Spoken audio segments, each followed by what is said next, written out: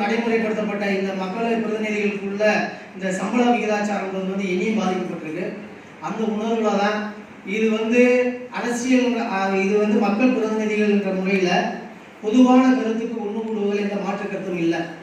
பாரபட்சம் நடக்கும்போது பேச மறுக்கும் பொழுது என்னுடைய குரலை எந்த இடத்திலையும் ஒழிப்பதற்கு தயக்குவதற்கோ இல்லை ஒழிக்காமல் விடுபட்டு போவதற்கோ நான் அதற்கான காரணகாரியமாக நான் இருந்துட மாட்டேன். அதனால என்னுடைய கோரிக்கை தனிநபர மையமாக வச்சோ என்னுடைய அரசியல் கட்சியை முன்னிலைப்படுத்தியோட இல்லை.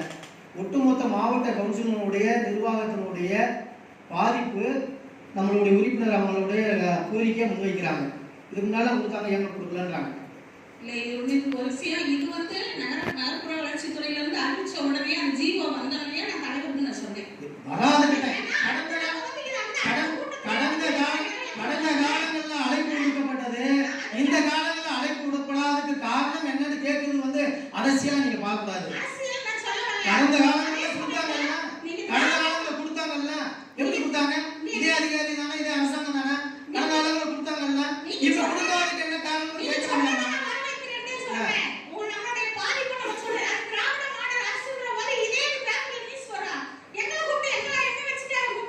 என்னுடைய கருத்தை அவங்க கருத்தை பேசுவதற்கு மக்கள் நம்மளுக்கு வாக்கு போட்டு அமைச்சிருக்காங்க. இதை பேசக்கூடாது எந்த இதுவும் கிடையாது. எனக்கான விஷயத்தை நான் உரத்த குரல்ல பேசுவேன்.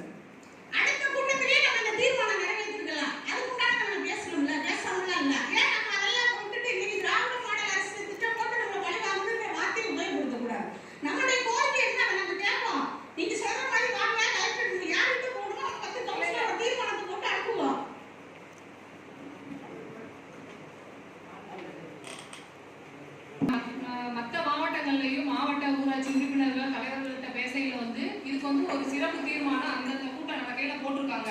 நம்மளும் ஒரு சிறப்பு தீர்மானம் நமக்கு ஏன் சம்பளம் வரல, மாநகராட்சி கொடுத்துருக்காங்க, நகராட்சி கொடுத்துருக்காங்க, பேரூராட்சி கொடுத்துருக்காங்க, ஏன் ஊராட்சிக்கு மட்டும் கொடுக்கல, அதை நம்ம ஒரு சிறப்பு தீர்மானமா அனைத்து மாவட்டங்கள்ல போட்ட மாதிரி நம்ம தேனி மாவட்ட ஊராட்சி சார்பா நம்ம ஒரு தீர்மானம் போடுவோம்.